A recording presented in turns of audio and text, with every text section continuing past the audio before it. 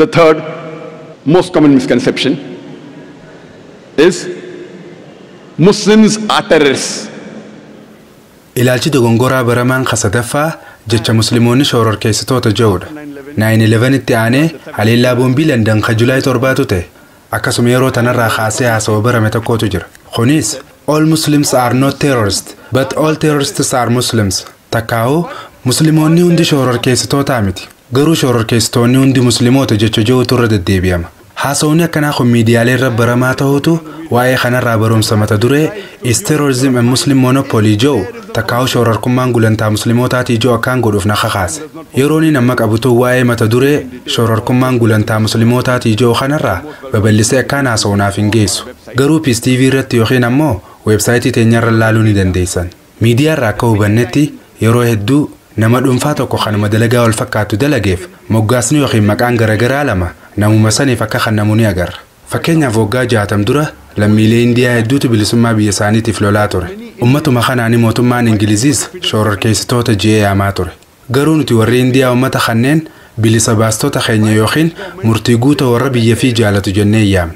Ummatuma tokko dalagaanis takkuma. Garuu maqaa yookiin moggaasa garagaraa lama qaban.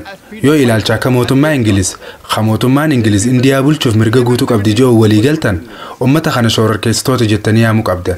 Garuu yoo akka warra Indiyaatti yaaddan taate, warri Ingiliz kun dhufanii daldalachuuf yoo taate malee, Indiyaa bulchuudhaaf mirgan qaban jettanii yoo yaaddan taate, hogguus ummata kanneen murtii guutuu yookiin warra biyya fi jaalatu, bilisa baastota takkaa'u qabsaa'ota bilisummaa jettanii yaamuu qabdan. Ummatuma tokko dalagaan isaaniitis takkaa garuu maqaa yookiin moggaasni isaanii garagara lama. Ani yeroo hedduu miidiyaalee irratti ni mul'adha. Yeroo takka osuma warra miidiyaa Indiyaan Press wajjin haasawaa jirruutiin gaafii takka gaafadhe. Isin Bhagat Shoororkeessaadha jettanii yaaddanii hin jeen. Lakkii naan ja'an. Anis maaliif hin jeen.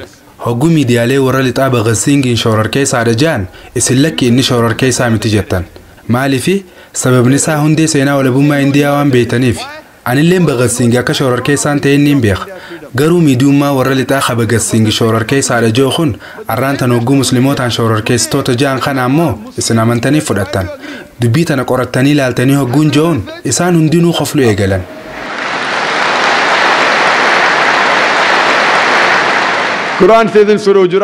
Quraanni suuratul Hujuraat ayata 6 irratti akkana ja'a. Yoo namni faasiqni yookiin badaan tokko oduun isinitti dhufe, oduu inni dhufeen san dura adda baafadhaa ja'a. Qabxiin asirraa hubatamu hogguu mootummaan British Bhagat Shoororkeessaadha jedhu fudhachuu diddan. Garuu amma maaliif walii galtanii fudhattanoo? Furqiyyee fuula lamaa ta'uun kun maaliif barbaachise? Fakkeenyota akkanaa hedduutu jira. Seenaa warraaqsa Ameerikaa dubbisnee yoo laalle bara 1775 keessa gaafa warraaqsa Ameerikaa san George Washington Shoororkeessaa tokkoffaa jaameeti mootummaa Ingilizii yaamamaa ture. Yeroo warri British Ameerikaa bulchaa turan san jechuudha. Britishoonni kun George Washington Shoororkeessaa tokkoffaa jaanii yaamuu turan. Boodarra hogguu Ameerikaan bilisummaa mataasii harkattu George Washington pirezidaantii Ameerikaa ta'ee filame. Yaadigaa Shoororkeessaa tokkoffaan pirezidaantii USA ta'uu.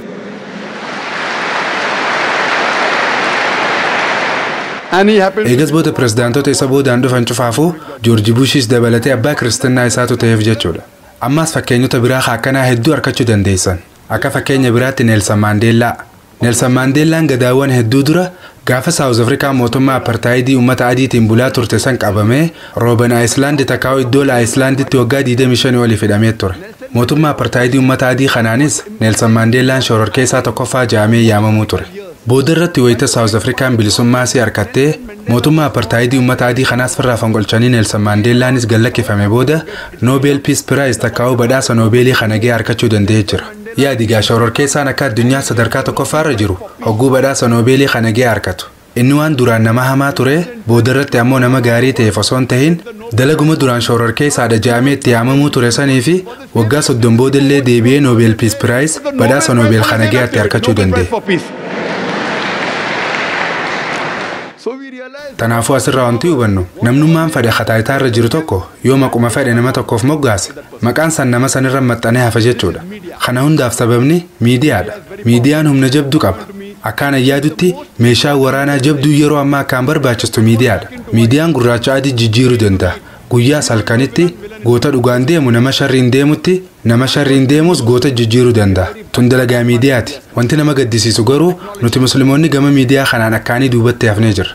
Teknoolojii teenya laalchisee laal teknoolojii halaal tafeeteeyu ta quraanaa fi hadiisa keessa nu fayyamamtetti fayyadamuu qabna. Taanis gara halaalii jijjiiruu qabna. Televiziyoonni haraamii miti. Haa ta'u harka 199 wanti televiziyoonaan dabru haraam akka ta'e waliif galla. Nutis haraam kana gara halaalii jijjiiruu qabna. Karaa kanaani karaan dhaamsa Rabbii subhaanahu wa ta'ala ittiin dabarsuu dandeenyuun. Yeroo ammaan tana karaan gabaabaa fi irra caalaan dhaamsa Rabbii nama biraan ga'uu dandeenyuun karaa sarara saatalaayitiitiin, karaa miidiyaatiin jechuudha. Yoo akkam xiqqaate ragaadhaaf guyyaa qiyaamaa Rabbii keenyaan subhaanahu wa ta'ala hanga sadarkaa humna teenyaatiin dhaamsi Islaamummaa mana nama hunda akka dhaqqabuuf carraaqii goonee jira jennee himachuu dandeenya. Takkaahuu yoo akkam xiqqaate mana nama hedduu akka ga'uuf tattaafannee jira jechuu akka dandeenyuuf. Alhamdulillah thumma alhamdulillah waggaa 3 fi walakkaas eega tamsaasa Peace TV jalqabneerraa kaasee hanga ammaatti daawwattoonni Peace TV dha nama miliyoona 100 ol ta'anii jiran. Alhamdulillah. Alhamdulillah. People may be wondering. Namoonni tokko kaameraan 12 maaliif barbaachisa? Barumsuma tokkoof namuma tokkoof jecha kaameraan 12 maal godha? Nama tokkoof kaameraa 12 ajab jechuu danda'an. Warri televiziyoona dabarsulleen sagantaadhaaf maaliif kaameraa 2 yookiin 3 qofatti hin fayyadamne nuun jaan? Kaameraa 12. Wanti kaameraa 12 fayyadamnuuf Islaamummaa tana bareechinee haala gaariin dhiyeessuu barbaanneeti. Wayita doo'ii sirbaa takka agarsiisa daansii rook kaameraan 10 fi 12 sarrakkoon qabu.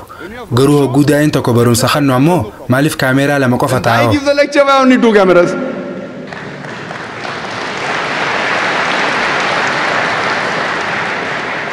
See, today is the age of science and technology.